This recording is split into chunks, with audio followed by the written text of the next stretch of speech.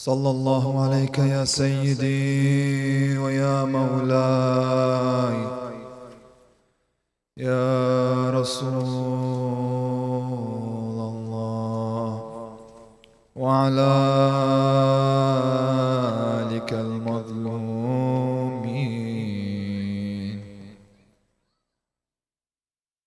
صلى الله عليك يا سيدي ويا مولاي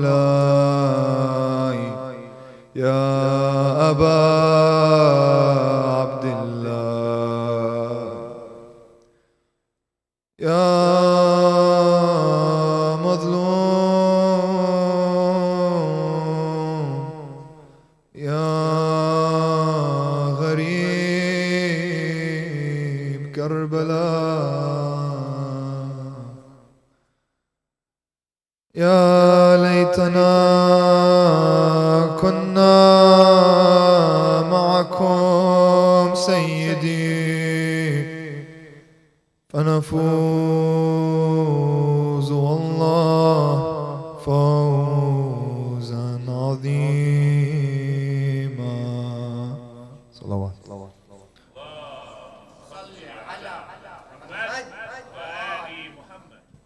أعوذ بالله من الشيطان الرجيم. بسم الله الرحمن الرحيم. الحمد لله رب العالمين وصلى الله على سيدنا محمد وآله الطيبين الطاهرين.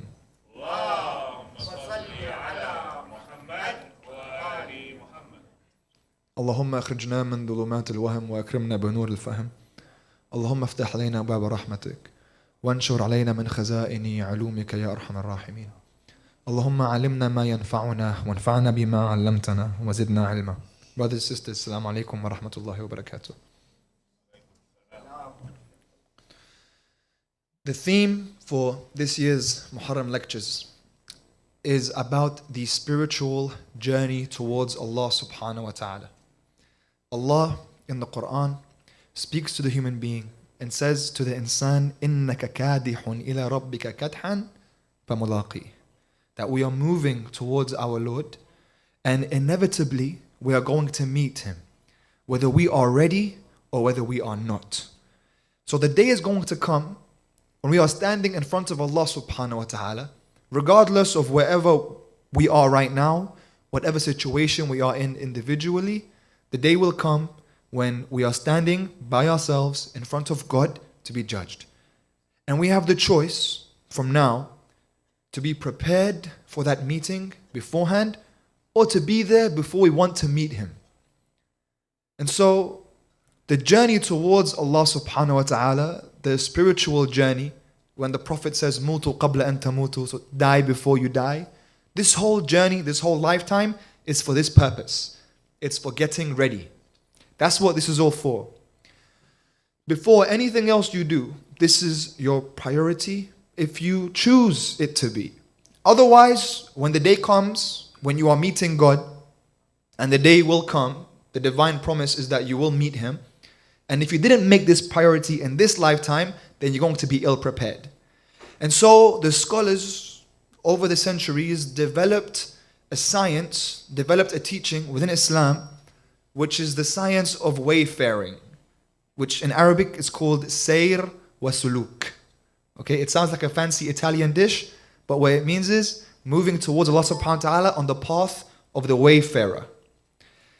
And this journey is a difficult journey. It's a long journey, but it is the journey that you were created for. The purpose of you being here, of you existing, is because of this journey. Unfortunately, most of us never begin the first step of the journey. We have a lot of knowledge, alhamdulillah, from the Muharrams that pass. Often in these lectures, we receive bits and bobs from the wisdom of Karbala or the wisdom of the Imams or the Holy Prophet. Yet, it seems like we can't bring in a chronological order, an actual map of what this spiritual journey actually means. For it not to be in the sky, but to be on the earth, something that I understand, something practical, something I can do in my daily life. And so this journey all takes place within the core of the human being. So this is all an inner journey. Okay, this traveling is inside. Imam al-Askari alayhi salam, he says, Al-wusul ila Allah safar, safarun tawil. It's a journey. You have to travel and it's far away. So you have to go from A to B. You have to leave wherever you are right now and you have to go somewhere else. So you have to put in effort. You actually have to move. You have to change yourself. And that's what these nights are about, for us to change ourselves. This journey, this change, this movement from situation A to situation B begins within. But where within? All the techniques and these rituals that we do in Islam that have been passed down to us from the prophets, from the Imams, are for this purpose. In Shahr Ramadan, we fast every year, 30 days, wajib. We don't have a choice. In Salat, we pray 5 times a day, wajib. We don't have a choice. That's if you don't do the Nawafil and Salatul Layl and all the other recommendations that the Imams and the Prophet give to us. These are all for this one purpose, this movement from A to B. Sometimes we're taught religion in terms of haram or halal. Okay? A lot of the time you ask the youth, what does Islam mean? It's just haram or halal. That's a very small part of it. That's just the things you're allowed to do and things you're forbidden from. Islam is much greater. That's one small part. It's called fiqh. It's just the law. Islam does not equal the law. The law is a necessary part of Islam. Islam is much more. Islam is about creating this human being which knows God. That's what the whole journey is, to know God. Man arafa nafsah, arafa rabbah. So you have to know yourself so you can know God. That's what this whole thing is. Allah subhanahu wa ta'ala is telling His story through each and every single one of us. Through you. Through your experiences, your meditations, your contemplations, your life. If it's done in meaning and purpose, you begin to know yourself and hence you know Allah subhanahu wa ta'ala. This whole journey is within, but in a very important part within. A very important part of the human being where this all takes place. Imam Khomeini says it best, that he says the entire life journey of the human being is in the measurement of a shibr. A shibr is an Arab measurement, is this much. This is 1 shibr. And he says the shibr is from your mind into your heart. This is the movement that has to happen. It has to happen here, in the heart. A lot of our questions, the place they're coming from, as we mentioned yesterday, is the spiritual doubts. These spiritual doubts come how? It comes when we're not taking care of our hearts. Remember we spoke about the different ways in which the heart can be infiltrated. Your social environment, or you're not taking care of it. You're not protecting it. It can easily be infiltrated. So this heart needs to be taken care of. This is where the journey actually takes place. Sallallahu Muhammad wa Muhammad.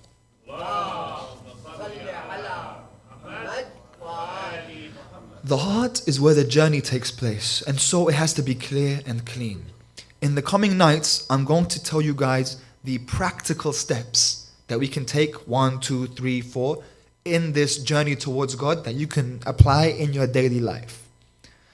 But before that, I want to speak about where this is happening. Where is this journey that we're going to be speaking about occurring? It's occurring inside. When I'm speaking to you, take it literally. It's inside us. It's not dreamy fantasy words. It's real realities, metaphysical realities. These are things that are real happening in our lives. In the heart is where this journey takes place. So the heart has to be sound. A sound heart. Because the heart can have blemishes. So we want to go on this spiritual journey. In a traditional Islamic society, what we could have done is we could look for a teacher that has already gone on this journey, this spiritual journey. And this teacher would take us in and would raise us. And he would be like a sheikh or a murabbi, a real classical old school teacher. In our current societies, we don't have that. And not everyone can travel to Iran or Iraq or Lebanon or stay in a hawza for 10 years. And it doesn't need that.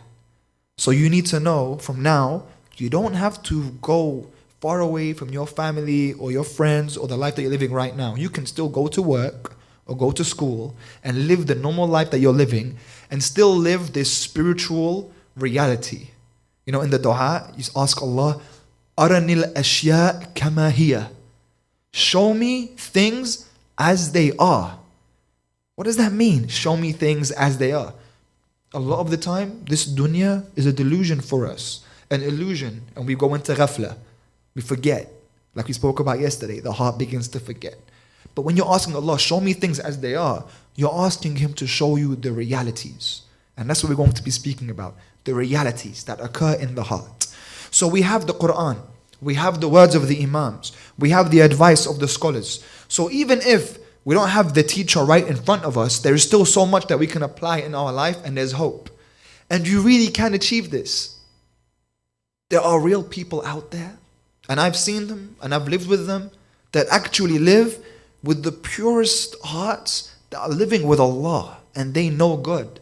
There are people that do know Allah subhanahu wa ta'ala. This exists. And there's nothing stopping you from being that person.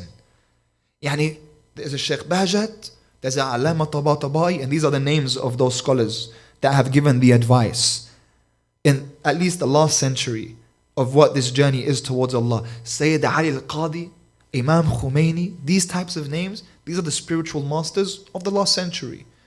That there's nothing that is missing within you to emulate their spiritual journeys. That this is something that you can live in your day-to-day life, even if you're in Canada, even if you're in England, even if you're in America. It's something real that's available to us. And so, before we begin on these journeys, I have to say, I'm not someone who's done it. I'm one trying to do this journey with you guys. I'm in the same boat, yani. We're in the same boat. But alhamdulillah, I've been given the opportunity to learn from these teachers, and they've given me this information. I'm simply passing it on to you with the hopes that we can all take this journey together. And so you come to this heart of the human being, and what it means. And Islam, the heart, we do this all the time, right? Because the organ heart is on the left side of the chest. But when we say heart, we're talking about something that's metaphysical, that's immaterial. The heart within Islam is the focal point of who you are. It's the real you. Your realest, deepest reality is your heart.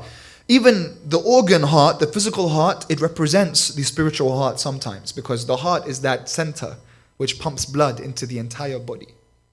And every culture in the world, every society has these metaphors about the heart. In every language, you'll find they come and they speak about the heart. And the word heart actually comes from the Old English heart, which means the core, the innermost. So it's the lub, it's the innermost you. So the word heart comes from that understanding that it's the innermost you. And the word actual heart in English comes from the Sanskrit word, which means that which leaps. And then you understand when people say, when you fall in love, your heart skips a beat, right? It leaps. That's where the word heart comes from. When we say these metaphors, whether you're in China, or you're in Asia, or you're in India, or you're in Europe, or you're in America, everyone uses in every language these metaphors surrounding the heart. We say, that person is cold-hearted, right? If they're mean, or if they don't have feelings, we say, that's a cold heart. Or warm heart. Or we say, that person wears their heart on their sleeve, right? We say, this is a courageous heart, brave heart. We say, you touched my heart, as in you really impacted me. You touched my heart. We say all these things without realizing how much we give to this word, heart. That it's not only in Islam that there is an understanding surrounding the heart as being the innermost focal point of the human being, even physically and spiritually, but in all cultures, in all societies, they speak about the heart this way. So Islam has a special significance when it comes to the heart. This spiritual journey takes place in the heart. So if the heart is corrupt, if the heart has blemishes, if the heart is sick, it's very difficult to go on this spiritual journey. Sallu ala Muhammad wa ali Muhammad. Brothers, if it's okay, if some of you can come more towards us front, because people are coming from the back and then they have to go through a few people. Thank you. Sallu ala Muhammad wa ali Muhammad.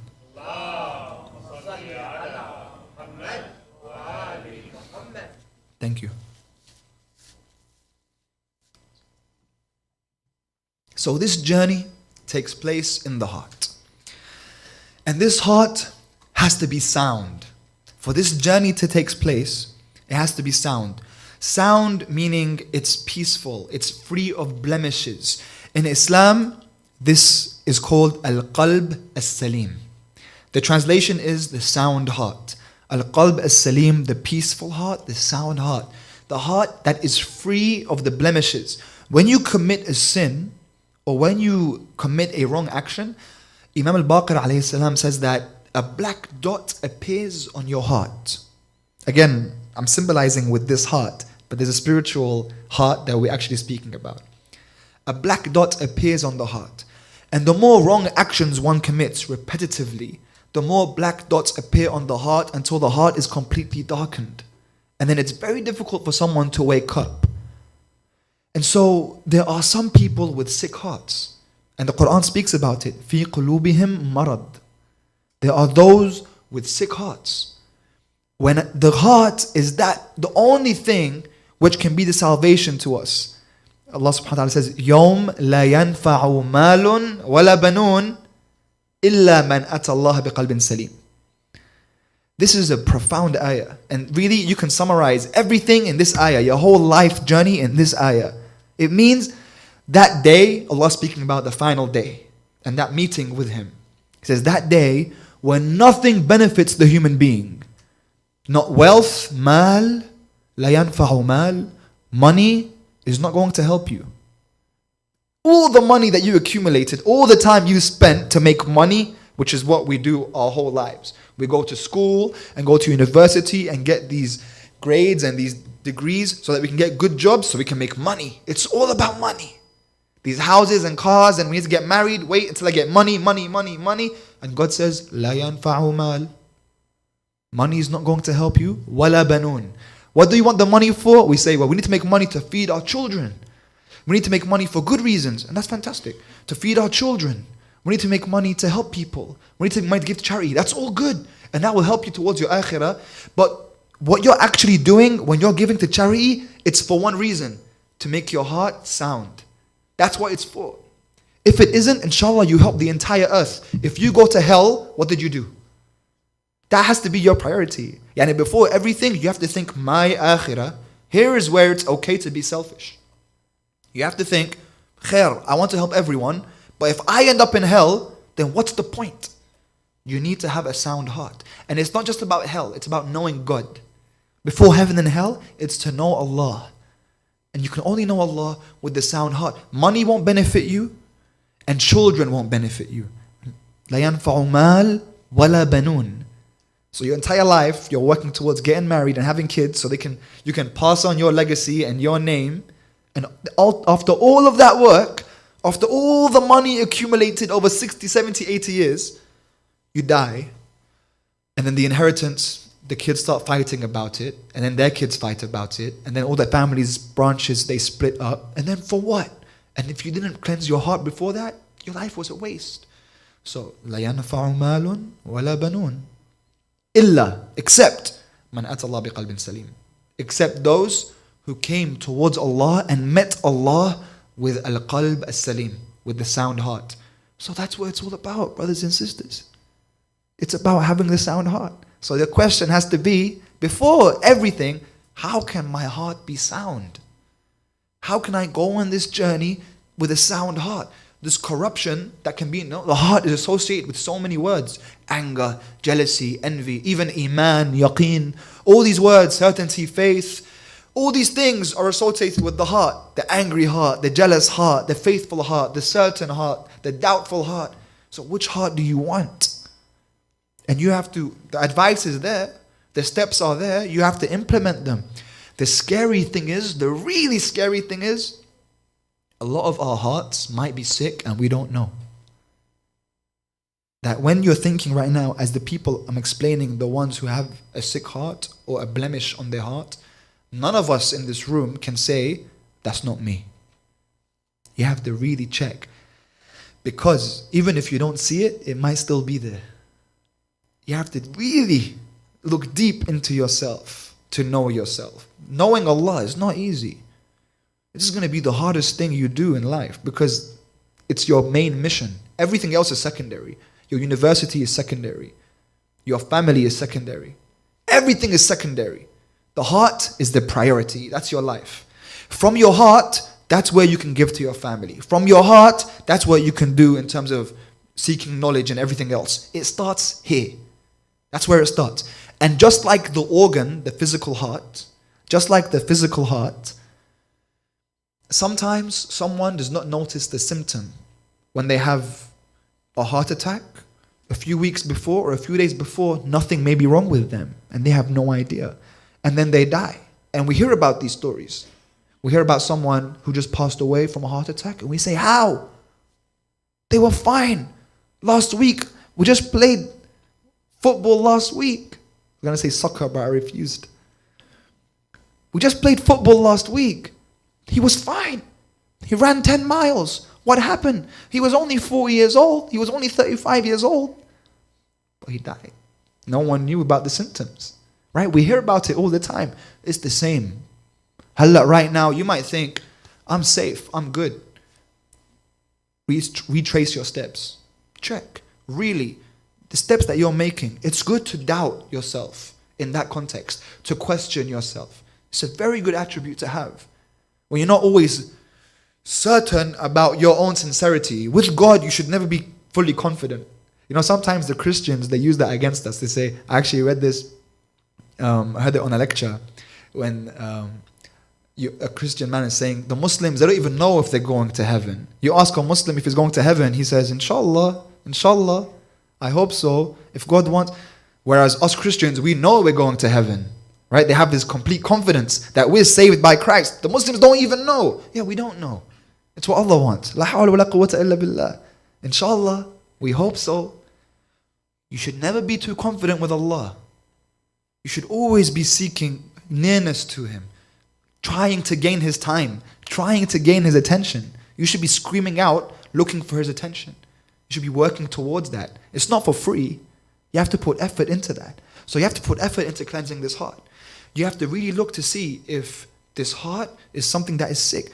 And don't let, for example, these clothes fool you. Someone might wear these clothes and have the biggest turban and might have a very sick heart. The outside does not always tell what's on the inside. Someone may look so pious and you don't know what's in their heart. And someone may look like they have nothing to do with religion or iman and they might have the purest heart. You don't know. Only Allah knows what's in the hearts. You don't know what's in the hearts. So even I came across this brother who I know who couldn't speak Arabic and was trying to learn Arabic. He was in Lebanon studying Arabic. And he had this exam that he was doing and he spelt Haidar with a da. Okay? He didn't spell it with a da. He didn't know. So he's put da and Haidar. And the sheikh picked it up. I saw a sheikh. He picked it up and he looked at this kid. And he said, Haidar bid-da? And he's laughing at him. And all these other students are there and they start smickering. And this poor kid who is trying to learn Arabic is being picked on by a man in a turban. Now, say what you will, but that shows there's some sort of problem in this guy. As small as it is, someone may not have known that they hurt this poor kid who's been trying his best, a silly mistake. But that might show a symptom in this person and he doesn't even notice it. He doesn't even see it. Sometimes we do it. Sometimes when someone is telling you something, an uncle, an auntie, a teacher, they're telling you a story or telling you a bit of information that you may already know and you say, oh yeah, I know about that. Maybe you know about that. Maybe you don't mean anything by it. But that's rude. That's bad adab. That's a problem. You don't notice it. Small. I know I'm saying something very small here, but to that extent, that's a blemish on your heart. That you have to really consider other people's feelings. Even if you yourself feel like you didn't do anything wrong. Well, I didn't do anything wrong. Well, that's arrogance. You should have empathy. If that's how Rasulullah was. He would have empathy. If Rasulullah was on the way to the masjid and an old lady came to speak to him and she had all these questions and she was trying to speak, and sometimes, you know, with all due respect, sometimes a lot of these old ladies, they just want someone to speak to. And so she chooses Rasulullah of all people, the busiest man in the world, and she starts telling him stories. And you know what the Prophet does? He stands and he listens and he waits. And they're waiting for him in the mosque. And he listens. And he's empathetic. He doesn't say, well, look, I'm really busy and I've got this whole ummah to take care of. Right? He listens to this poor lady. He's empathetic, he realizes that he can't just hurt people just like that. That's a blemish on the heart. So we need to really look into our hearts. A great technique that we need for that is to have a partner on this journey. It could be a best friend, it can be your spouse, it could be your mother, it could be an uncle, it can be anyone who has the same affinity with you that wants to go on this journey towards Allah, wants to change, wants to become good, wants to stop the bad actions. Khalas, I've had enough. I want to become good. I want to take this step. A great thing to have is a partner. Someone who can help you stop doing what you know is wrong. They say, Al-Mu'min mar'at al-Mu'min. The believer is the mirror of the believer. Okay? We help each other. Sometimes I'm weak, I need your help. Sometimes you're weak, you need my help. We rest on each other. You don't always feel courageous. Your heart isn't always as strong as you need it to be. Your friend, your companion on the journey can help you. It's a very difficult journey to do it alone. Look for a partner, look for someone that can help. Macbeth says it best in the play of Macbeth, Shakespeare. He writes, God has made it such that we cannot see our own faces. You can't see your own face. You have to look into the mirror, right? I was just sitting down. One brother told me, look, you have a little string in your beard. And I was like, where? And I took it off because I can't see my own face. He has to tell me, right? I needed someone to help me. Sometimes you don't see your own symptom. You don't see the problem in your heart. Your companion, a real friend, can be honest with you, even when the truth hurts. Because if you can't be truly honest with this person, then it's not truly a companion. If you fear, oh, they're going to be upset from me, they're not going to speak to me afterwards, they're not really as close as you think they are. They're not your real true companion. True companions, the ones who say what needs to be said because they know you need it. Even when it hurts, they know that for you to grow, you need to know there's a problem here. Look, you keep doing this thing. You need to work on it. I'll help you. Of course, not in a self-righteous way, yani. We all know our companions and who our friends are and who we accept from. But when you're really close with someone, then you should expect them to assist you in that way and be honest with you. Not because they want to bring you down, not because they want to hurt you, or because they want to see you grow. And they see that this is a bad, repetitive action that you keep doing, and they advise you, and you advise them. And this is the relationship of growth that we need. And so in Islam, there's always been this understanding that the intellect was rooted in the heart.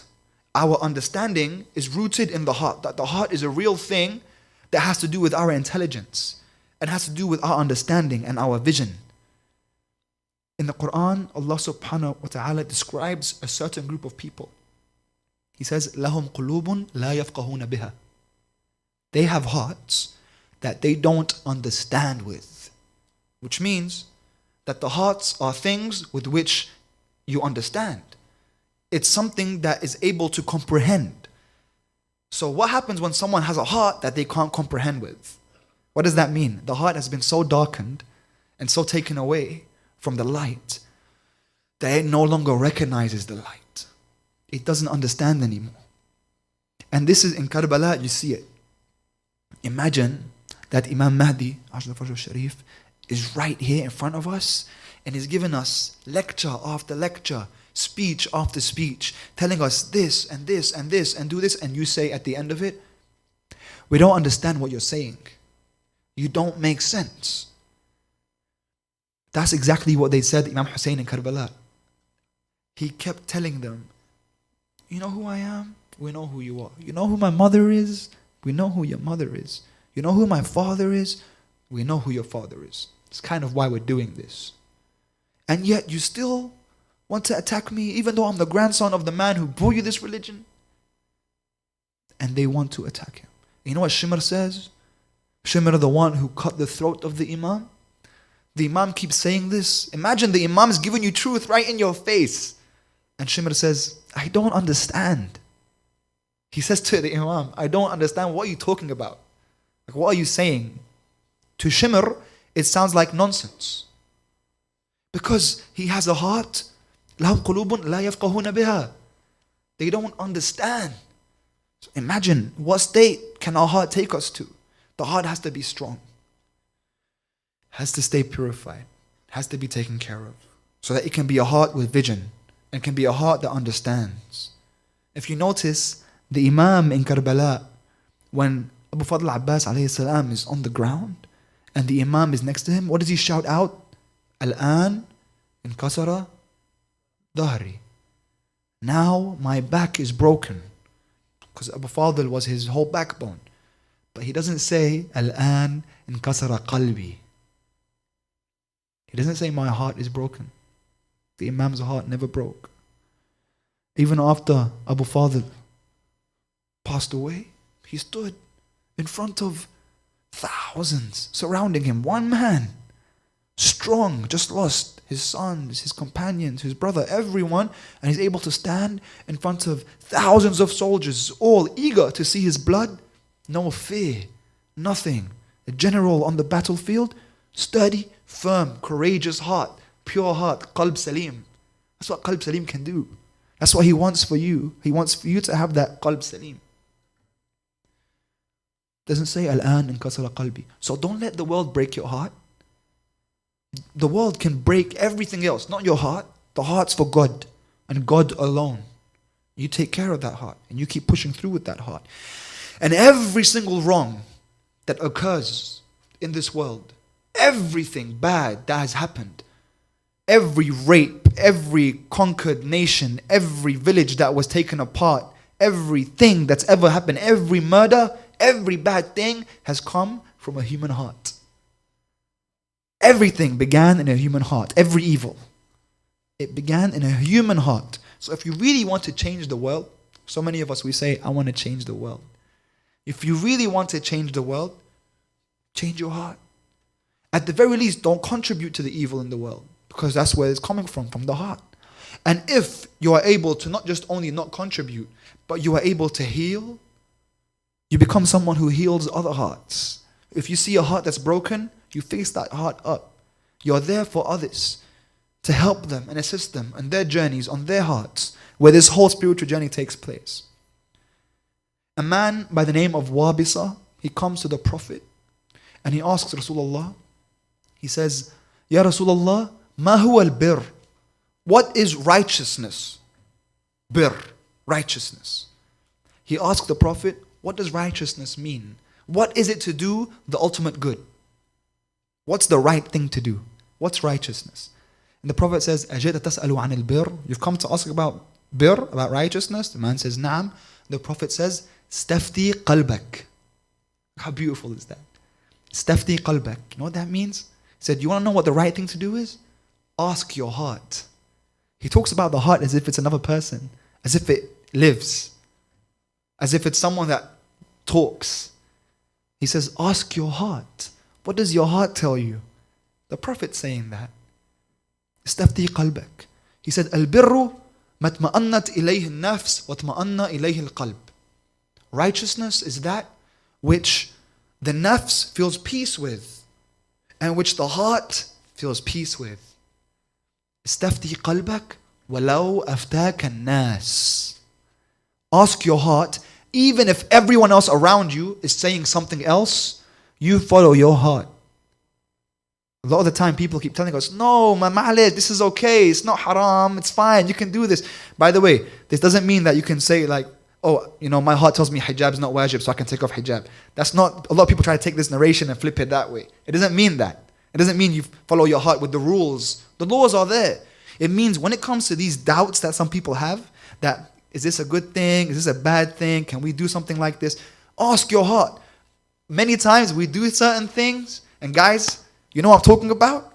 Don't want to mention, but there are certain things out there that someone might say is halal. Someone might say is okay. And you know you're going to be hurting people with that thing. But when you ask your heart, you know it's not the right thing to do. And you know, deep down you know. We all know that there's a time and place for everything. And a lot of the time, 80% of the time, something may be abused. So ask your heart. Be honest with yourself is what it means basically. Be honest with yourself. If you ask your heart and your heart doesn't feel right with this thing, don't do it. That's the first step that you can take. When you know something feels like a wrong action, don't do it. You know that this is wrong. And you're still going towards it, which means you're going against your heart. And so there isn't this peace. There isn't this alignment between yourself and your heart. There's a problem. And so we want to be people that are honest with ourselves, that we want our hearts to speak to us. So when we are unsure, we call upon the heart. Because the Prophet said, "Istafti qalbak." So, okay, heart, I'm calling you. What do you say? There's something I'm not sure about here. Let the heart speak to you. But if you are someone who abuses your heart, if you're someone who allows sickness to enter your heart, if there are problems in your heart, then how is that heart ever going to guide you? The heart can guide. The Prophet is telling you it can guide you. But if you're someone who doesn't take care of it, it can't guide you. So you need to be careful what you allow in. Al-qalb arshur rahman. Is the qalb is a sanctuary of God, the throne of Allah. Allah says in a hadith Qudsi that the entire universe, the heavens and the earth could not fit me, but the heart of a believer could fit me. That's how special this gem, this treasure is that we have, that many of us will die without actually achieving the potential of. And that's a big shame. And so, we come on these nights in Muharram, this journey, Karbala, this is what it's all about. When Imam Hussain alayhi salam gives everything for Allah, he gives his baby, he gives his brother, he gives his son, he gives everything, and he leaves all his beloved ones behind because he's doing the right thing. And that's so difficult to do and such a big sacrifice to make when you know you're going to lose everything and you still do it. These are all halal things, right? Having a wife is a halal thing. Having kids is a halal thing. It's a great thing. But a lot of the time, dunya might take you away. Maybe you have a mission, but then you say, no, my family, no, my money. You know what? I'll give you, when the Imam would be on the way to Karbala and he would tell people to come with him, they would say, I'll give you horses. I'll give you money. I'll give you all these. He says, I don't want your horses. I don't want your money. I want you. Come. Why don't you come? Wallah, Imam, you know, my family. You know, I have kids to feed. Man, Allah will take care of your kids. Come, tawakkul. This is like the maximum sacrifice. You see, people around the world, they find this crazy. They don't understand. The way we are raised, we love death. We're raised since we're small kids, we're told about a man with an arrow in his eye and his hands are cut off and a baby with an arrow in its neck. We're told these stories and we grow and we love death.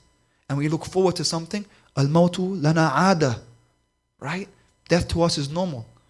That's what the rest of the world fears.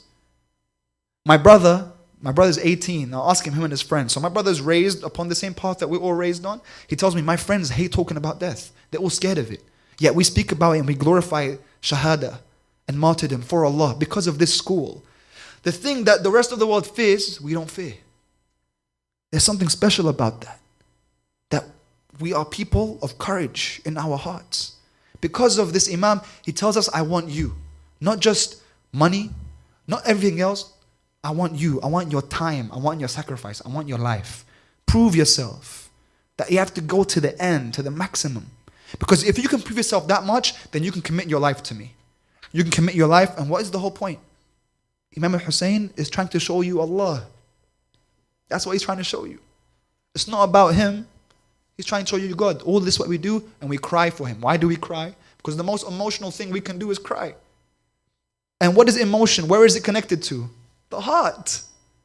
Emotion is connected to our hearts. Does it make sense? When you ask, why do we cry? Do you see why you cry? You see how it all links? This story, sacrifice for Allah, the heart, this whole journey, spiritual journey to know Allah, the crying connected to the heart, it's all together. And so every year, we recount this story. Every year, we renew our pledge, just in case some of us forgot it, just in case some of us went astray. Imam Hussain alayhi salam brings you back as if he's here right now, and he's telling each and every one of us, I want you, come. Don't go so far. Come. Every year, he gives you another chance. Next year, some of us might not be here. This might be our last chance. Are we going to go with him? That this change, are we going to make it in our lives? To live for Allah and die by Allah? This is a special opportunity for us that we can't refuse. And so, Abu Abdullah alayhi salam was in Medina, in Masjid al-Nabawi, praying his Maghrib prayers. A messenger comes to him and tells him, you are wanted in the palace of the governor of Medina, Walid. He's calling for you. He has news for you. This is in nighttime. Usually they don't do this at nighttime. The Imam knows there's something wrong. He knows something weird's going on. So he tells him, I'm coming now. Tell him I'll be there soon. He leaves the masjid. He goes towards his family, Banu Hashim. He calls Ya Abbas, Ali al-Akbar. He calls all Shabab al-Bani Hashim. He calls Qasim. He calls companions. They all come. He tells them, they're calling for me in the palace. It seems like something's wrong. I'm going to go speak to them. But just in case, you all stand outside. And when I go inside, if you hear me raise my voice, you run inside.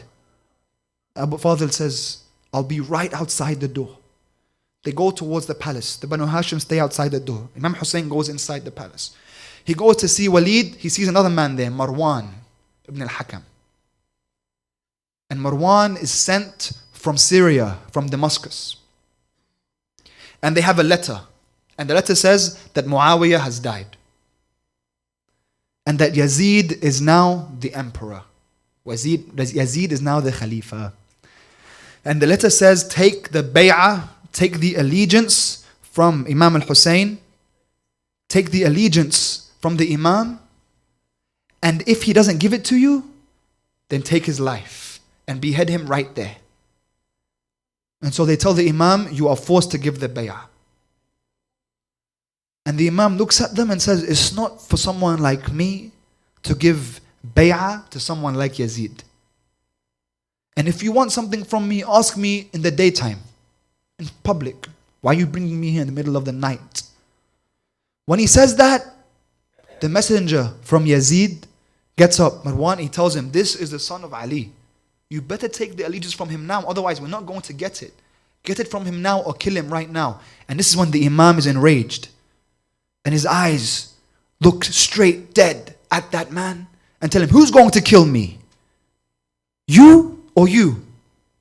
And his voice is raised. As soon as the Bani Hashim hear his voice, the doors open. Abu Fadl runs into the door with his sword out.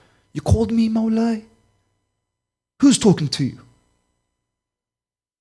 If only Imam al-Hussein alayhi salam had someone to come with him when he was finally alone. After Abu Fadl is on the ground without any arms, with only one eye.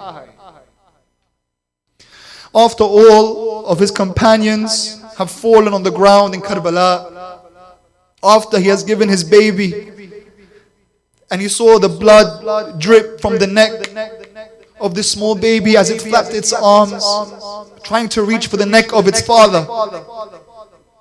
And the Imam stood there, alone, ghareeb. How much would he have needed Abu Fadl right there? But instead he saw Abbas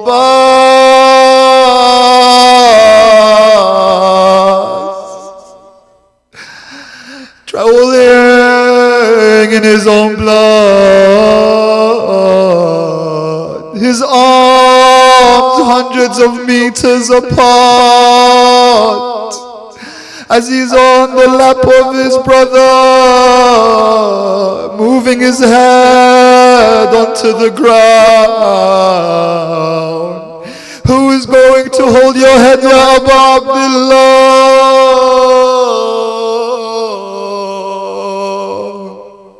And the Imam calls out, Al min nasirin yansuruna. Yesterday, I was surrounded by my family. I was surrounded by my sons. I was surrounded by my brother Abbas. Now they're all laying slaughtered on the plains of Karbala. How did Zainab feel? When she left Medina, it was Abbas that helped her onto the horse. Now she looks across the desert at a mutilated body as she is dragged and whipped along the hot sands of Karbala. ولعنة الله على قوم الظالمين.